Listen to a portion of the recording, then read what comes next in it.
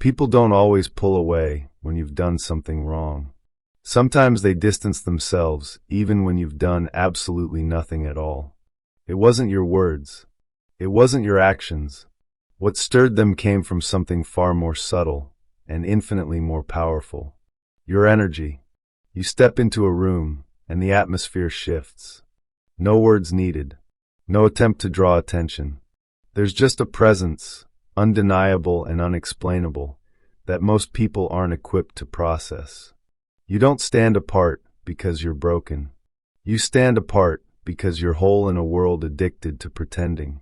You've done the work, confronted the shadows, created a kind of peace that doesn't rattle. And ironically, that is what leaves others unsettled. Your stillness doesn't erase you. It intensifies you. It makes you magnetic. And that magnetism, it carries weight. Some feel inspired, others exposed. This message is for that truth, because the real reason people pull away often has little to do with being too much, and everything to do with them being unprepared. Let's get into it. Number 1. The room doesn't ignore you, it reacts to you. Most people walk in hoping to be noticed. You walk in, and the attention finds you. No noise. No performance. Just presence, calm, anchored, real. It's not about your voice, your look, or your volume. Presence isn't something you wear. It's something you are.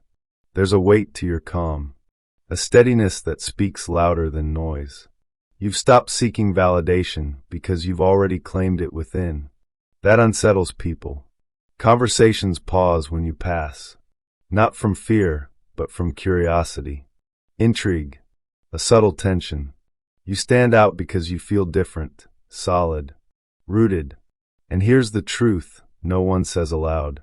Most people don't know how to exist around someone who doesn't need their approval. They're conditioned for performance, for noise, for social games. But you're not playing. You're simply being. And that changes everything.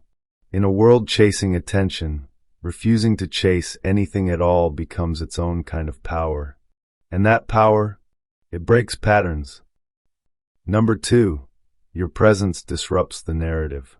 You don't have to speak to change a room. Just your presence shifts the dynamic. You're not trying to dominate. You're not putting on a show. You're not even trying. And that's the part that disrupts the script. Most walk into rooms acting out roles, smiling when expected, shrinking when necessary, doing what's familiar. They've practiced these masks for so long, it feels like truth. Then you appear, and the whole performance unravels. You're not following the script. You've dropped the act. And to someone who still needs it to survive, your authenticity can feel like an attack. They can't always name what's happening. They just know they feel off when you're around. Exposed. Uncomfortable. As if your stillness is holding up a silent reflection. Because you're not there to blend in. You're there to shift things. And some aren't ready to see what your presence quietly reveals. Number 3, you are a mirror, and it forces the truth. Everyone says they want truth until they feel it. Same with authenticity. The moment you show up as your full self, calm, grounded, unfiltered, it begins to trigger something in those still pretending. Your presence becomes a mirror. Not the soft kind that flatters. The kind that shows the lines, the cracks, the parts they've tried to bury. You don't fake politeness. You don't dilute your honesty. You don't twist truth into something pretty. And that alone makes people squirm. They didn't want truth. They wanted reassurance disguised as validation. But that's not your currency. You deal in clarity. You're not here to make people tense. But for those who've built their lives around performance, being near someone who isn't performing is deeply uncomfortable. You're not here to soothe egos. You're here to reflect reality. And in a world obsessed with filters, that's both rare and confronting. Number 4, emotional awareness is your superpower. What others call intuition, you call experience. You feel things most don't.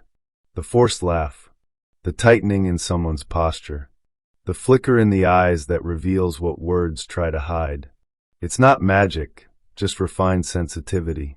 A deep knowing shaped by silence, solitude, and pain. While others respond to what's said, you're already tuned into what's unspoken. Carl Jung captured it best. Until you make the unconscious conscious, it will direct your life, and you will call it fate. You've done that work, turned your attention inward, refined your perception. You don't just see people, you see through them. That's why some feel exposed around you. It's not that you're trying to read them. It's that you already do, without effort, without permission. And when someone's identity is built on pretense, being seen clearly isn't empowering, it's terrifying. Some will rise, others will retreat. Either way, you remain centered. Number 5, boundaries that whisper, not scream. You don't announce your boundaries. You don't post them online or preach them in conversations. You embody them. It's in the way you move, the way you hold your ground, the calm in your presence that quietly says, respect lives here. People test limits. That's what they're used to, pushing to see how far they can go. But you don't flinch. You don't explain. You don't argue. You've become the kind of person whose energy draws a clear line before a word is spoken. And when someone isn't aligned with your values, they won't stay. Not because you push them out, but because your standards no longer make room for what drains you. Boundaries, for you, aren't barriers. They're filters. And the moment you stopped justifying your peace was the moment you truly began to protect it. Number 6, solitude is your superpower, not a flaw. Some fear silence. You crave it. Where others fill space with noise, you let silence stretch and speak. You sit with it, listen to it. And in return, it gives you something rare, clarity. People mistake your quiet for distance. They call you withdrawn. But they don't see that you found something sacred in being alone. You're not isolating. You're aligning. You're not disconnected. You're grounded. You no longer chase empty conversations or temporary validation. You've built something deeper within, a relationship with your own presence. And from that center, you stopped seeking what disrupts your peace. You stopped feeding chaos that asks you to betray yourself. Solitude became your sanctuary, the space where the world's noise fades and your clarity sharpens.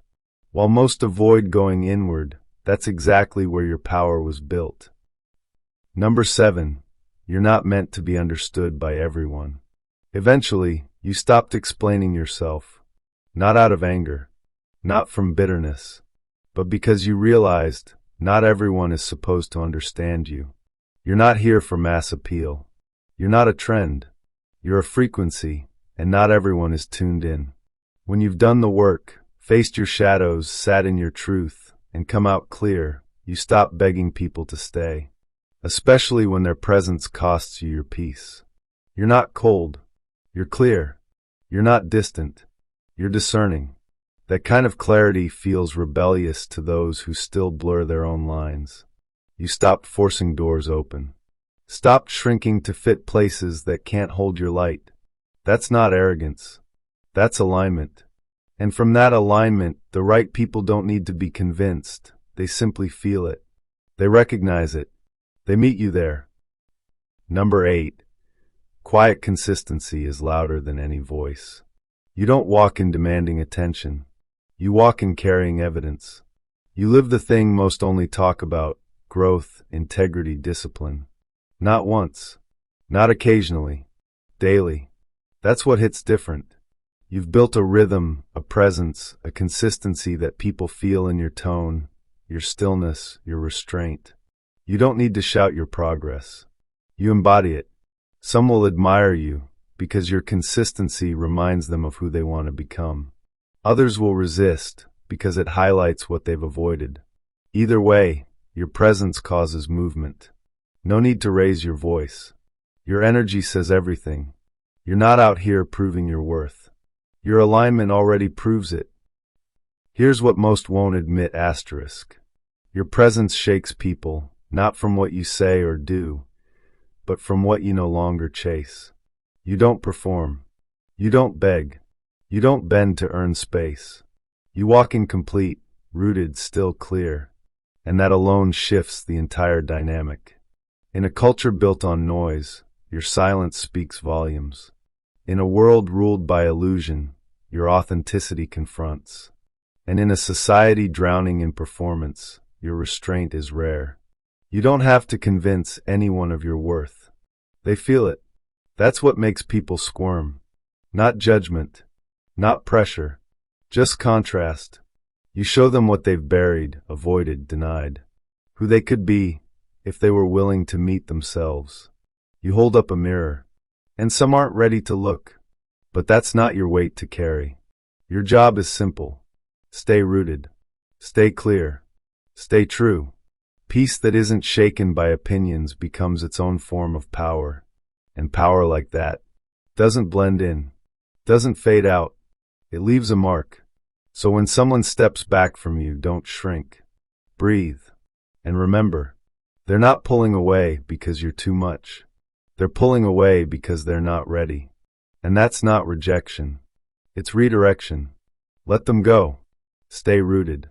The ones aligned with your frequency will never need convincing. If something in this resonated, it's because you already know you weren't made to blend in. You were built to shift the room simply by showing up. Asterisk, asterisk. So stay solid in your truth. Let your presence speak. And if you're craving more content that speaks to your soul, go ahead and subscribe to the channel. See you in the next one.